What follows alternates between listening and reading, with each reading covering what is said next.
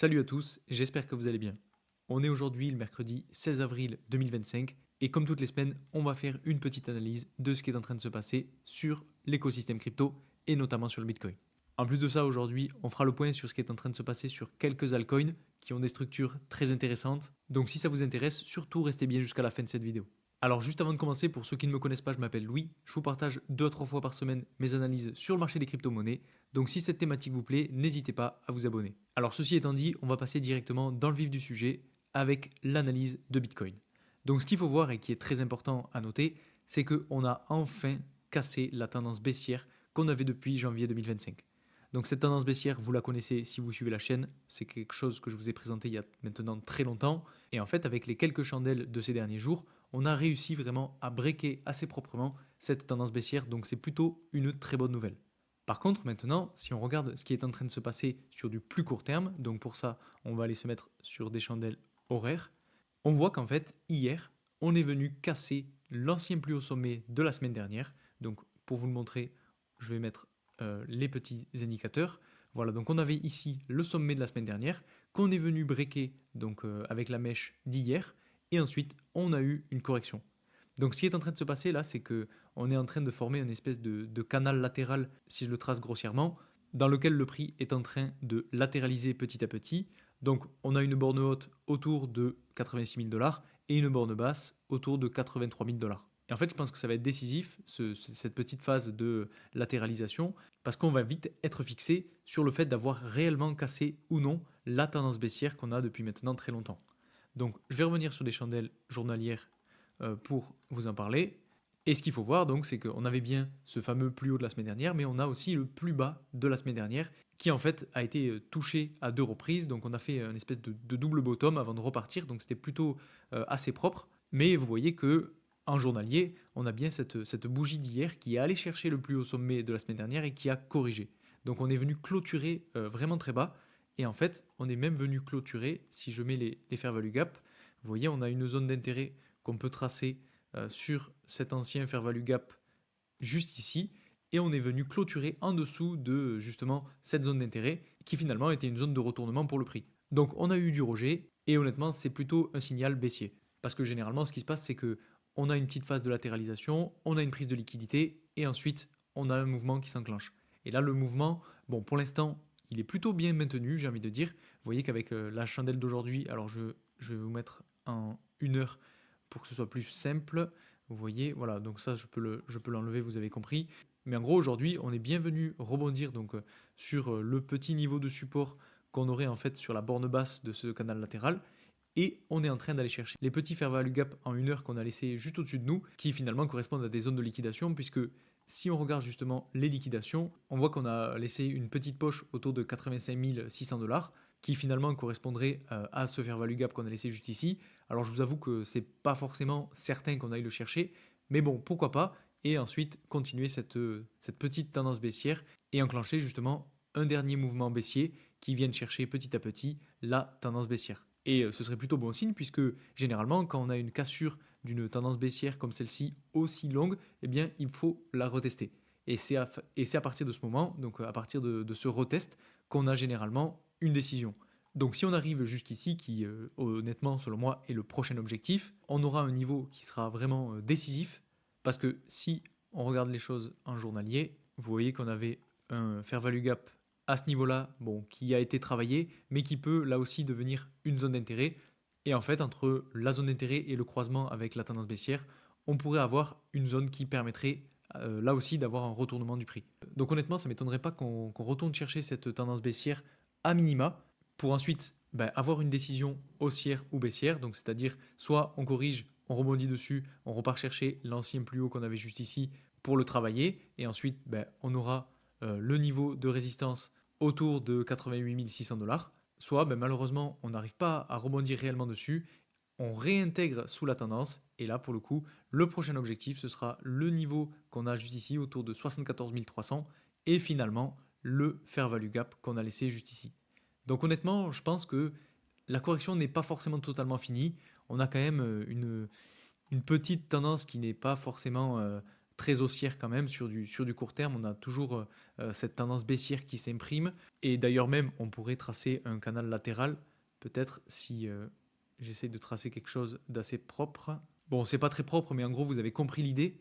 Alors, je vais faire un petit peu de ménage parce qu'au final, on s'y retrouve plus. Voilà, donc ce que je disais, c'est qu'on a ce fameux canal baissier, plus ou moins baissier, qui est en train de se former et qui nous indique une direction qui, si on n'arrive pas à avoir du rebond sur cette tendance baissière, pourrait être finalement le niveau, en tout cas la zone d'intérêt que j'ai tracé juste ici, donc autour des 70 000 dollars. Ça, honnêtement, si on a un retournement et un signal baissier euh, dans les prochains jours, ben là, pour le coup, je verrais bien Bitcoin retourner chercher ce niveau-là. Après, encore une fois, quelque chose que je vous ai déjà dit, mais que je vais répéter, c'est qu'on a une divergence qui est en train de se former donc entre le RSI et le prix. Et ça, c'est plutôt très bon signe puisque, en fait, je vais y arriver. Voilà, on a un RSI qui est sur une tendance haussière et on a un prix qui est sur une tendance baissière. Et généralement, quand on a ce type de divergence, ben c'est très très bon signe puisque le RSI, en gros, il commence déjà à montrer des signaux haussiers. Et en fait, ce qui se passe, c'est que le RSI a de l'avance sur le prix et donc petit à petit, il entraîne le prix à la hausse avec lui. Donc c'est plutôt une nouvelle qui est assez positive selon moi. Mais bon, j'exclus pas non plus le fait, encore une fois, qu'on ait un retour sur la zone d'intérêt qu'on a juste ici. Donc pour être finalement un petit peu plus optimiste, j'ai envie de dire que c'est quand même une très belle chose qu'on ait pu casser la tendance baissière à la hausse. Maintenant, on est sur un niveau de support à court terme, donc il faudra voir comment ça va se passer. Honnêtement, je peux l'enlever parce que c'est pas non plus un très gros niveau. Voilà, comme ça on a un peu plus un graphique épuré. Et autre chose qui est finalement à noter, c'est qu'on est en train de réaliser une structure qui est assez propre et qui pourrait ressembler à une espèce de bottom avec justement cette petite phase d'accumulation qu'on est en train de faire juste ici, avec pourquoi pas la prise de liquidité qu'on est venu faire juste ici, donc la fameuse manipulation avant d'avoir l'extension. Ça pourrait être aussi un signal assez intéressant, mais honnêtement, je l'aurais vu quand même 10 000 dollars plus bas. Donc c'est-à-dire que si on avait eu ce mouvement, alors attendez, je vais le tracer pour que ce soit plus clair, mais donc si on avait eu, allez, ce mouvement juste un petit peu plus bas, c'est-à-dire à ce niveau-là, je vais le mettre en orange ou même en bleu d'ailleurs, voilà, comme ça sera plus visible. Si on l'avait eu à ce niveau-là, honnêtement, je vous avoue que j'aurais été beaucoup plus confiant.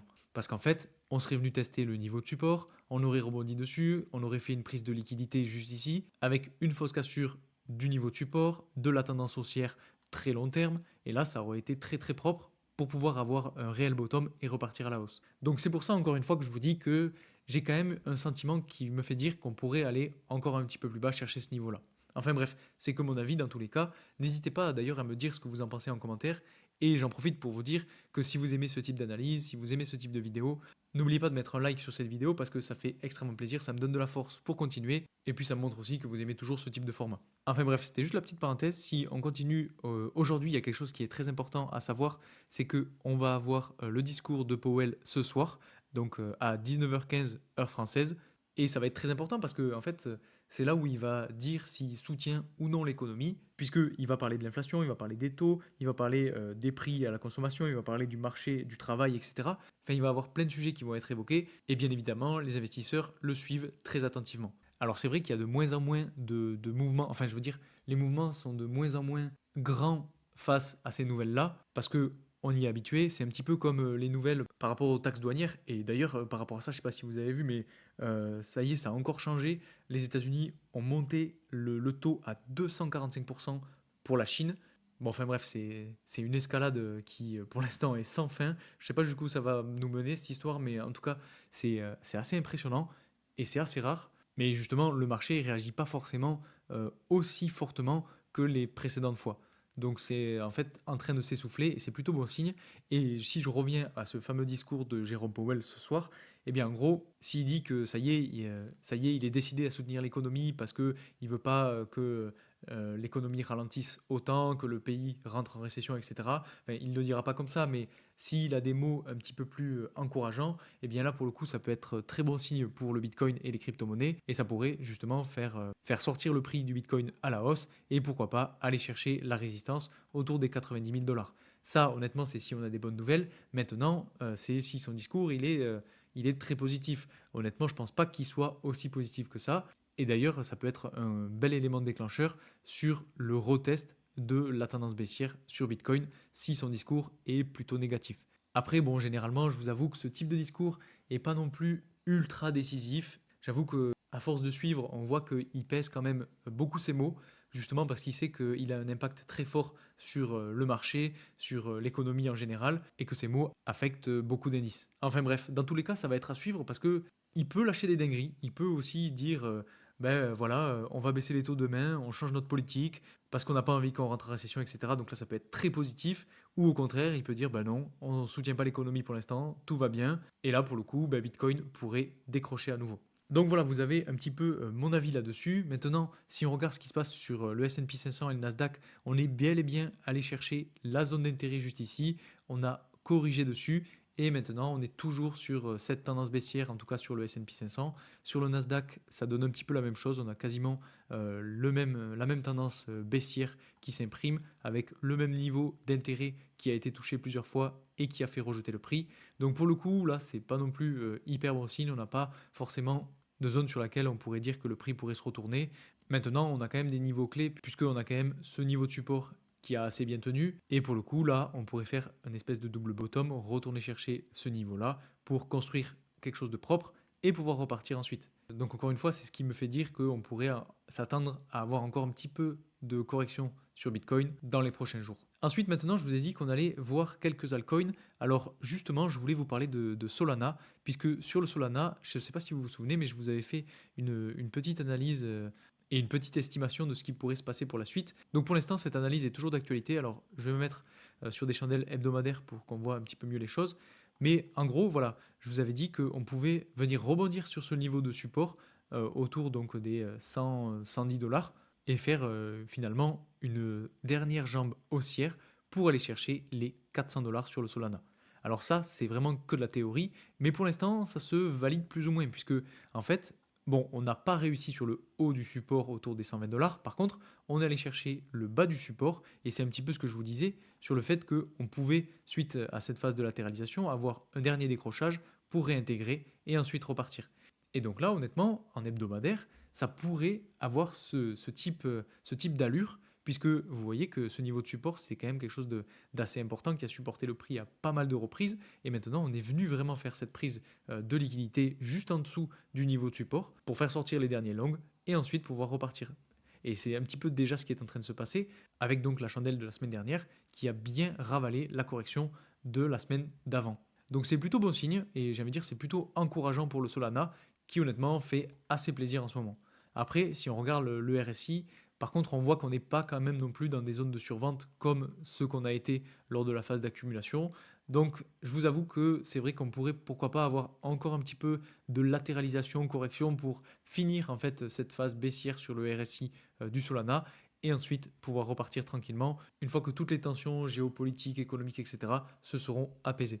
Et c'est un petit peu le sentiment que j'ai sur tous les marchés, c'est-à-dire que j'avoue que sur Bitcoin, je suis un petit peu plus baissier, mais au final, je suis baissier sur du journalier, donc on est plus sur une phase latérale, honnêtement, en hebdomadaire.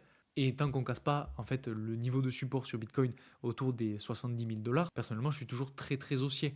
Je vous ai dit plusieurs fois que en fait on avait ce pattern en cup and handle, qu'on était en train de venir chercher justement l'ancien niveau de résistance. Donc c'est dans la logique des choses d'avoir ce retour sur ce niveau de support pour poser un bottom proprement et repartir. Et justement, je pense que c'est un petit peu la tendance générale sur tous les autres altcoins, c'est-à-dire qu'on risque d'avoir une phase de latéralisation ou encore un petit peu de correction sur certains alts avant de réellement avoir une base solide pour repartir plus haut et justement attendre de ne plus avoir de tensions géopolitiques ou économiques. Ah oui, je voulais aussi vous parler du FED, parce que sur le FED, malheureusement, ça se passe pas forcément comme prévu. Je vous avais dit qu'on pouvait avoir une phase de latéralisation à partir du moment où on allait rebondir sur le niveau de support. Malheureusement, on n'a pas réussi à rebondir sur ce niveau-là. On a décroché, on est reparti bien en dessous. Donc on a le niveau de support autour des 0,19 dollars qui n'a pas été franchi. Donc pour l'instant, j'ai envie de dire, il y a encore de l'espoir.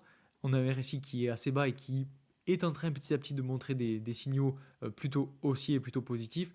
Donc c'est quand même pas si dégueu que ça, mais je vous avoue que là, pour le coup, l'analyse n'a pas fonctionné réellement. On est repassé en dessous du niveau de support. Mais en ce qui concerne en tout cas les zones d'intérêt, je garde toujours ces zones-là, c'est-à-dire que selon moi, on va avoir un gros niveau d'intérêt autour de 2,3 $ sur lequel il faudra vraiment réévaluer les choses en fonction de ce qui est en train de se passer sur le marché des altcoins pour voir si oui ou non on arrive à avoir cette fameuse deuxième jambe haussière pour aller chercher cette fois-ci les 5 $.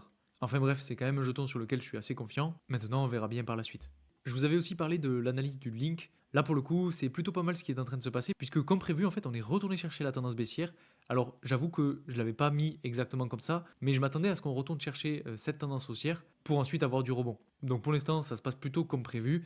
Maintenant, il va falloir voir si le prix arrive à tenir ce niveau-là et à rebondir sur la tendance haussière. Après, dans tous les cas, si on vient casser en dessous, c'est pas grave, parce qu'on a le niveau de support sur les 9 $ qui est très intéressant puisque c'est l'ancien niveau de résistance de la phase d'accumulation et sur lequel on pourrait là aussi trouver un point bas pour ensuite repartir petit à petit à la hausse. Donc vous voyez que finalement on a quand même quelque chose qui est pas si inquiétant que ça sur le link et c'est d'ailleurs une des crypto-monnaies que je voulais vous présenter dans la prochaine vidéo sur mon portefeuille. Donc je vous pose ici une petite exclue et bien évidemment si vous voulez avoir le reste de mon portefeuille, n'hésitez pas à vous abonner pour ne pas louper ça.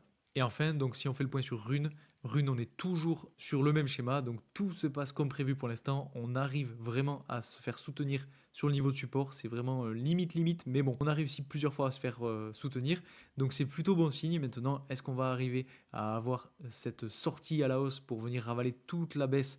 Là, honnêtement, je ne sais pas, mais pour l'instant, le scénario se passe comme prévu.